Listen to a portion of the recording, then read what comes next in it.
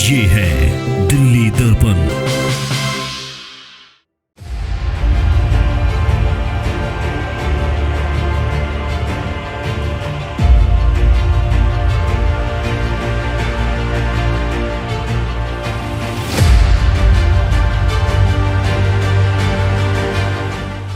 वजीरपुर विधानसभा के वजीरपुर इंडस्ट्रियल की इस वजीरपुर झुग्गी बस्ती के बीच यहाँ के निगम पार्षद योगेश शर्मा लगातार कुछ न कुछ नया लेकर के आते हैं।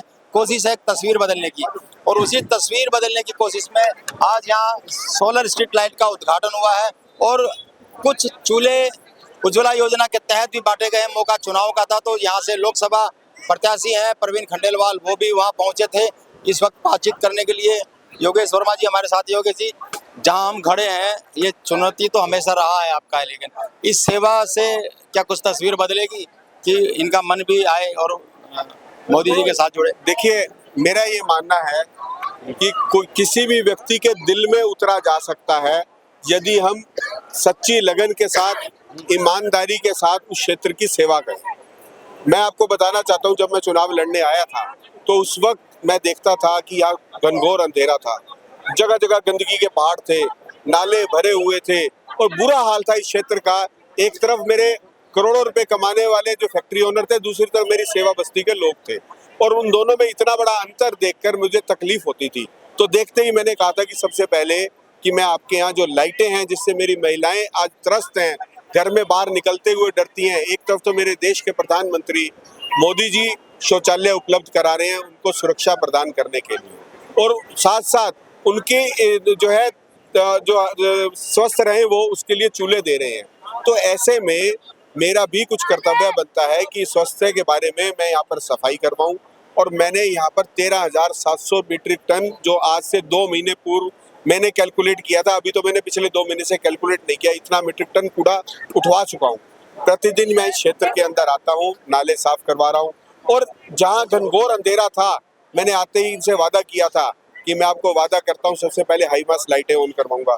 वो मैंने हाई मास लाइटें इनकी ऑन करवानी शुरू कर दी। फिर स्ट्रीट लाइट का यहाँ कोई प्रोविजन नहीं था, तो मैंने आज निगम के अंदर फंड नहीं है। आम आदमी पार्टी की सरकार करोड़ों रुपए यहाँ से फंड तो लेती है, वोट भी लेती थी इनसे, और इन यहाँ पर कोई सुविधा नहीं देती थी। तो ऐसे में मैंने यहाँ पर 40 सोलर लाइटें, जो पूरी रेलवे लाइन के आसपास अंदर ऐसे क्षेत्र के अंदर जहाँ बिना किसी खर्च के निगम के, वहां पर जब मेरे देश के प्रधानमंत्री ने जब 22 जनवरी को कहा था कि आज मुझे 1 करोड़ घरों के अंदर सोलर लाइटें को उपलब्ध करानी है, तो मैंने भी उसी दिन प्रण लिया कि जब मेरे देश के प्रधानमंत्री ने इतना बड़ा वादा किया है तो मैं तो उनका एक छोटा सा सेवक हूँ, तो मैं अपने क्षेत्र के अंदर भी सोलर लाइटों का अरेंजमेंट कराऊं। तो मैंने CSR के माध्यम से यहाँ 40 सोलर लाइटें लगवाई हैं, और उसके साथ साथ जितनी भी स्ट्रीट लाइटें हैं, अब यहाँ पर बिल्कुल भी अंधेरा नहीं रहेगा। उसका कारण है कि मैंने निगम से भी जो एक इनका DSI DC और MCD का झगड़ा था उसको खत्म करवा दिया है, और मैंने अपने निगम के अधिकारियों से यहाँ से लाइटें ऑन करवाने जा रहा हूँ। अगले 1 हफ्ते के अंदर मैं आपको विश्वास दिलाना चाहता हूँ अपने क्षेत्र की जनता को कि यहाँ पर अंधेरा भी नहीं रहेगा, गंदगी भी नहीं रहेगी।